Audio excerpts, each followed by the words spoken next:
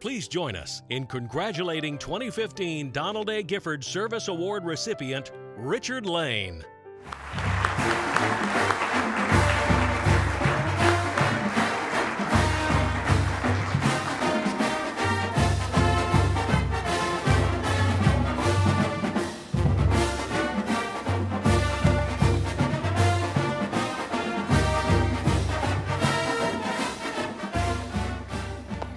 Showtime. Bill told me I had 5 minutes. I don't know how you do 45 years in 5 minutes, so bear with me. I'm standing here in front of you tonight really humbled. I'm honored and I'm proud. I'm humbled because I didn't think anybody noticed what I did, and I was good with that. I was doing it for USF. But receiving this award tonight makes it so you did see what I saw and appreciate it, and I'm very honored by that. But even better, this award is named after Don Gifford.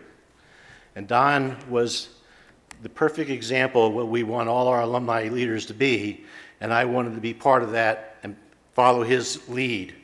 So thanks very much for that recognition. But it gets better than that. Don was a friend and a mentor. We met in 1967.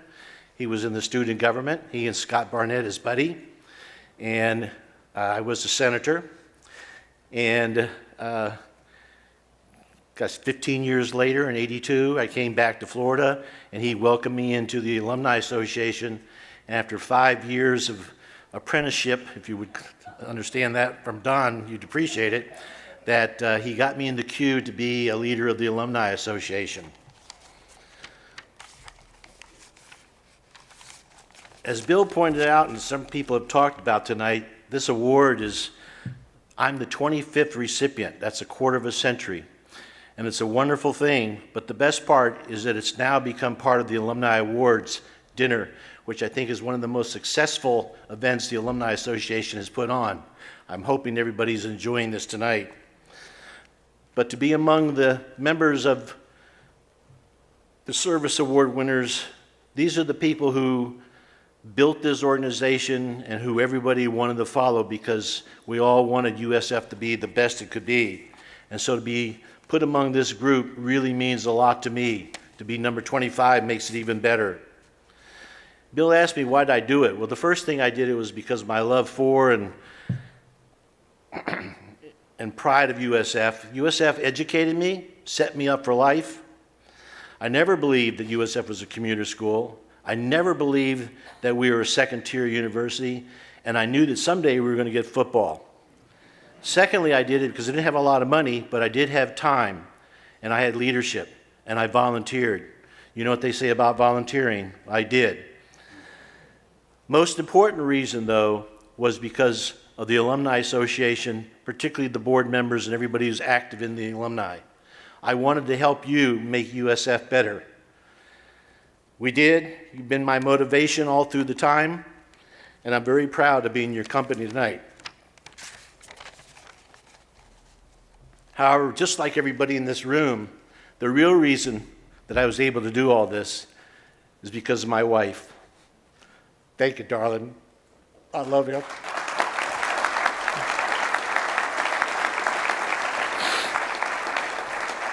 She's a second-generation Gator, but she's got as much green blood as anybody in this room. And she's followed in my footsteps. Just last week, the Chamber of Florida named her the Chair of the Year. I'm very proud of her. When I was asked to provide the pictures and all that, I didn't have many pictures because I was always the one who took the pictures. So it was a little scramble in our house to find pictures. Besides academics, as you saw in the thing, joining the fraternity was a lot for me because I had to work full-time while I was going here, and it gave me a smaller slice of the university to be able to work in. My introduction to the alumni was when our fraternity, I was in Nates, and we went national with SAE, was that I was working with alumni all over the United States so we would be accepted. And as you saw in the picture, we had a chance at the installation, I had a chance at the installation to talk with, lost my place again, gets a little tough up here. Governor, Governor Collins. And I did ask him about the football. And he looks at me, and he's sort of a Norman Lockwood fella, kind of, and little bow tie and all that kind of stuff. And he looks at me and says, if you just be patient, one day it'll come if you just wait for that. So I graduated from USF with that as my guiding light, which later was to be a significant part of my life. And I went to Wharton, got my MBA, and then went to New York City and went to work for Colgate-Palmolive. It's funny that John was there the same time I was. We were there in the 70s. He was downstairs on the 9th floor in the toilet articles and toothpaste department. I was in the soap department. In fact, if you ever saw the Irish Spring commercials, if you looked at when the bushes, Sean is covering the bar, and I'm in the bush right behind.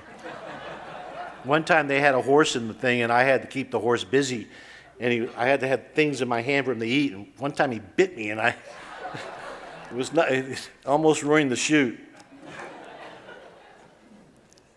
It was a wonderful time, New York City, professionally for me to have the Irish Spring success, but it also gave me the opportunity for the first time to be able to help USF.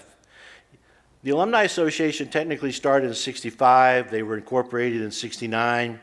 But in 1970, Joe Tomino was appointed the first executive director. He put out a publication that asked for people in other cities if they would start chapters. Several of us in New York City said we would, and we started one. And Joe's reward was he brought Cecil Mackey up and to give us an update on USF. And again, if you know me, when it was question and answer time, I asked him, when was football coming to USF? And if you know anything about him, sports was not to be here. Well, we have an academic mission right now, Richard. And next question. Joe rolled his eyes, grinned, caught me in the corner and says, if you ever come back to Florida, you ought to get involved in the Alumni Association. Well, I finally did come back. USF had just organized the Sun Belt Conference starting Division I men's basketball. I wanted to be part of that. I bought tickets and became a Green Jacket. A couple years later, Hans McCain, who was the executive director of the Green Jackets, which is now called the Bull Club, asked me to become a member. And I've been a member of the Green Jacket, the Bull Club, since 1981 and was president in '92. I was inspired working with all the athletic directors and alumni who were involved in the athletic department. Barry Clemens is here tonight, an alumni who's number 2 in the hierarchy. Joe Tomino was in charge of the Iron Bulls. Randy Norris, Timmy Aarons, you're out there too. You were with me almost all that time. It's almost like 34 years we've been serving on that board.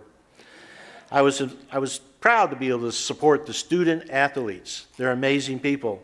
And it was exciting to be part of all the conference affiliations and shakeouts. And remember, we started the Sun Belt because we needed a place to play. And that's where we started, and now we built up to where we are now. And now I'm able to afford to be an Iron Bull that sponsors a scholarship for a student athlete. Besides sports, I was going to find out there was a lot more for me to do for USF. It so happened to be that Lee Patchouet, the third executive director of the Alumni Association, was on the board. And after a year, we became friends. And I remember him asking me if I would be involved in the Alumni Association. I said, well, yeah, how many meetings? He said, there's 4 a year. And I said, well, what happens if I miss one? And he looked at me like that. And he said, no, don't worry about it. It was the last time there was ever 4 meetings. There were 4 meetings a month. But I joined. I started meeting the alumni volunteers at the time. And I met my soulmates. Michelle told me to drink water, but it's better like in the movie in Top Gun, I think Val Kilmer, he always sucked it up, you know?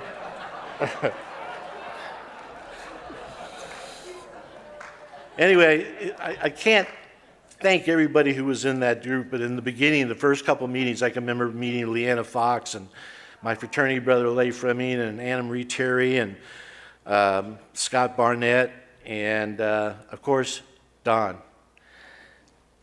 I was just tremendously motivated by them, and I just wanted to help. And when they asked me to do stuff, I did it, and they asked me to do some more. And I was chairman of the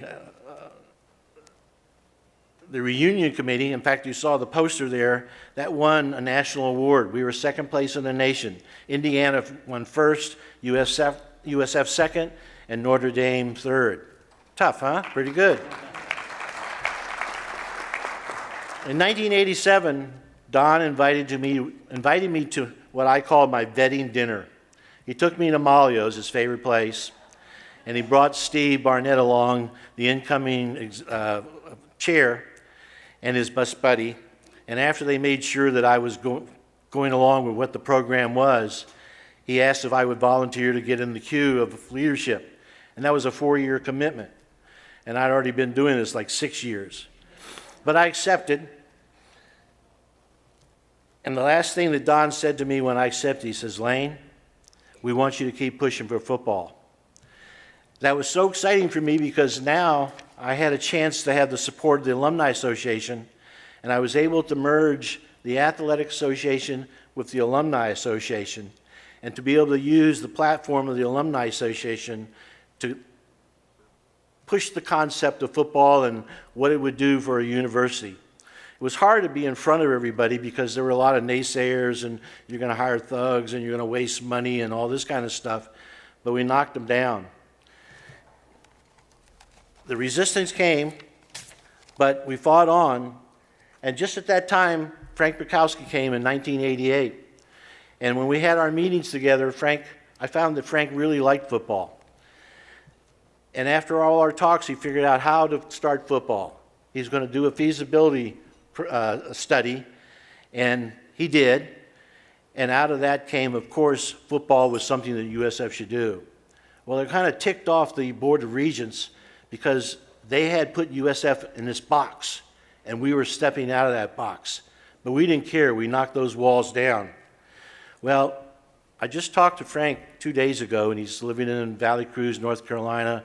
Kay was doing a recital that night, so they're still very active in the community. And he reminded me that he was still ticked off about Charlie Reed and giving him grief about football at USF.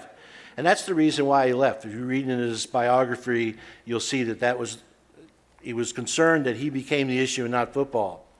Well, once he left, we were at a little bit of a loss, but Betty Castor came in 1994.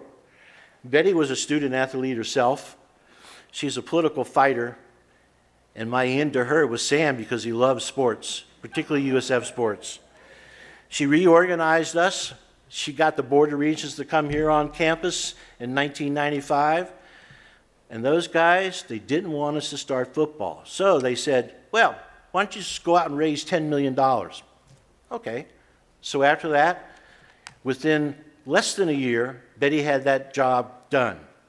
And the next year, when they met, the Board of Regents met in Orlando, there was nothing they could do, and they gave us football.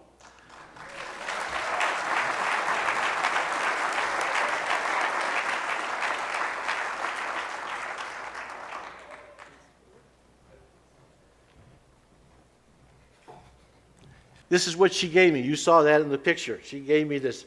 In fact, she was going to throw it, and Paul Griffin had to take it from her because she wasn't a quarterback, you know. She was on the defensive side. She'd rather tackle anybody. And if you go into the Athletic Association trophy case in the Selman building, you'll see the copy of this, which you saw in the article, or the pictures, signed by everybody, and we were all called the first teamers. But right next to it, there's an article from the Tribune that talked about that a day. And in the article, they referred to me, but they didn't refer to me as Richard Lane. They referred to me as former USF Alumni Association president and athletic booster. It's tougher than I thought. Thank you. My treasure. In fact, in the article, I think they called it a Nerf ball. You know, it's not a Nerf ball.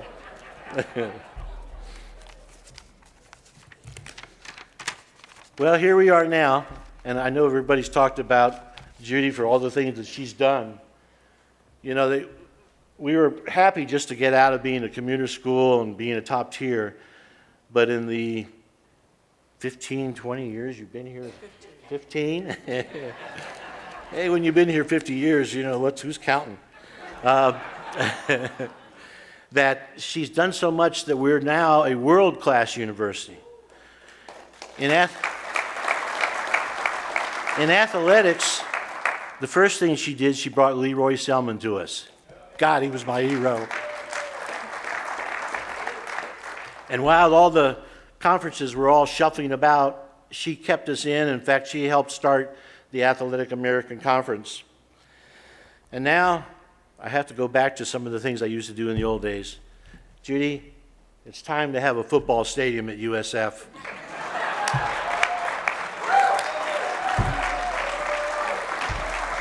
Joel, Judy, I know you have things on your plate, but a football stadium